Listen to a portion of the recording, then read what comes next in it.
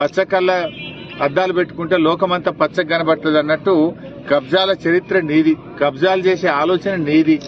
నేను రైతుల దగ్గర భూమి తీసుకున్నా, రైతులు వాళ్ళ పట్టా పాస్ పుస్తకాలు వాళ్ళ దగ్గర తీసుకొని మేము ధరణి ద్వారా రిజిస్ట్రేషన్ ఆఫీస్కు వెళ్లి పట్టా భూమిని రైతుల దగ్గర 13 ఎకరాలు కొనుక్కోవడం జరిగింది. అంతే తప్ప ఒక్క గుంట గాని ఒక ఎకరం గాని నేను ఇరిగేషన్ భూమి గాని ప్రభుత్వ భూమి గాని తీసుకోలేదు. తీసుకునే ఆలోచనే మాకు ఉండదు. మా చరిత్రలోనే మాకు అవకాశమే ఉండదు. ఈరోజు నేను రైతులు ఏ భూమి అయితే అమ్మారో, రైతులు ఏ మోకా అయితే చూపించారో దాని ప్రకారంగా నేను కబ్జాలో ఉన్న ఒక్క గుంట కూడా నేను ఎక్కువలేను. రా, నువ్వే రా, ఐ వెల్కమ్ యూ. నీ సమక్షంలో నేను కూడా ఉంటే ఇద్దరం కలిసి కొల్పిద్దాం దా, ఎప్పుడొస్తావో రా. కానీ నువ్వు ఏదో విధంగా బ్లాక్ మెయిల్ చేస్తే ప్రశ్నించడం ఆగుతుంది అనుకుంటున్నావు.